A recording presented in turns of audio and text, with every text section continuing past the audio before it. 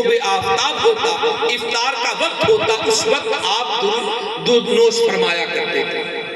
یہ حضور سیدنا غوث پاک رضی اللہ تعالیٰ کی شان ہے۔ حضور غوث پاک رضی اللہ تعالیٰ کی جب عمر 5 سال کی، آپ کو مدرسہ لے جایا گیا تاکہ بسم اللہ خوانی کرائی جائے، ابتدائی کتاب کی تعلیم دی جائے۔ استاذ محترم کے پاس جب پیش کیا گیا، آپ نے وہ جب بسم اللہ پڑھنے کی ترغیب دی گئی تو آپ نے اعوذ باللہ، بسم اللہ اور اس کے بعد سورہ فاتحہ، سورہ بقرہ، اسی طریقے سے آپ نے 18 پارہ کی تلاوت کی۔ 18 پارہ کی آپ نے تلاوت کی۔ استاذ محترم نے پوچھا کہ لخت جگر، آپ کے والد نے تو آپ کو ابھی بسم اللہ خوانی کے لیے لایا اور آپ نے 18 پارے سنا دی۔ حضور سیدنا غوث پاک رضی اللہ تعالیٰ نے فرمایا کہ میری والدہ محترمہ اتنے پارہ کی حافظہ تھی اور ان کا یہ معمول تھا کہ روزانہ وہ قرآن مقدس کی تلاوت کرتی تھی، اور جس وقت میں شکم میں تھا اس وقت بھی وہ قرآن مقدس کی تلاوت کیا کرتی تھی، اور میں پیٹ میں رکھ کر روزانہ قرآن مقدس کو سنا کرتا تھا، اس تلاوت کو سنا کرتا تھا، اور سنتے سنتے اتنے پارے کو میں نے یاد کر لیا۔ اللہ اکبر، یہ کون ہے؟ اللہ تبارک و تعالیٰ کی بدگزیدہ بندے ہیں۔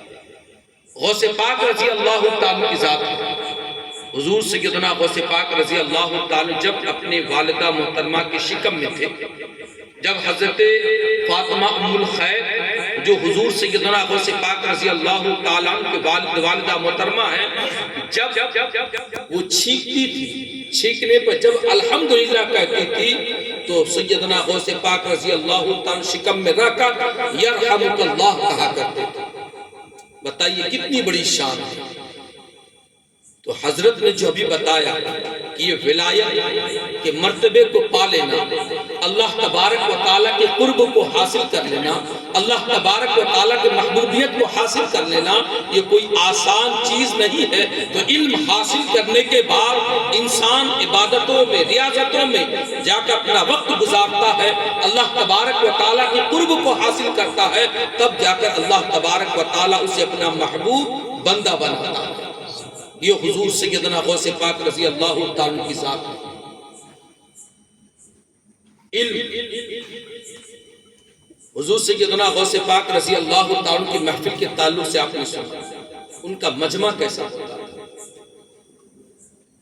آج اگر ہم قرآن پاک کی صرف چند آیتوں کو پڑھ کر اس کا ترجمہ کر لیتے ہیں تو ہمارے اندر تکبر آ جاتا ہے، اور ہم یہ سوچتے ہیں کہ ہمیں تو ترجمہ معلوم ہے، ہم تو قرآن پاک کا ترجمہ جانتے ہیں۔ اللہ اکبر۔ حضرت حافظ ابو العباس احمد رحمت اللہ تعالی علیہ یہ فرماتے ہیں کہ ایک مرتبہ میں حضرت علامہ ابن جوزی رحمت اللہ تعالی علیہ کے ساتھ حضور سیدنا غوث پاک رضی اللہ تعالیٰ کی محفل میں گئے۔ حضرت علامہ ابن جوزی رحمت اللہ تعالی علیہ بہت بڑے عالم دین، فقہ کا علم ہو، تفسیر ہو، تقریباً 300 سے زیادہ کتابیں انہوں نے لکھی۔ حضرت علامہ ابن جوزی رحمت اللہ تعالی جب یہ محفل میں جاتے ہیں، حضور غوث پاک رضی اللہ تعالیٰ یہ کہتے ہیں کہ علم اور بے شک قرآن مقدس کو پڑھنا، یہ اس سے فیض حاصل کرنا، یہ بے شک یہ اللہ تبارک و تعالیٰ کی نعمت اور برکت ہے، لیکن جب خود قرآن اپنے اسرار کو، اپنی چھپی ہوئی باتوں کو، اپنے رازوں کو پڑھنے والے کے دلوں میں ڈال دے، یہ بہت ہی بلند مقام ہے، بہت ہی بلند مقام ہے۔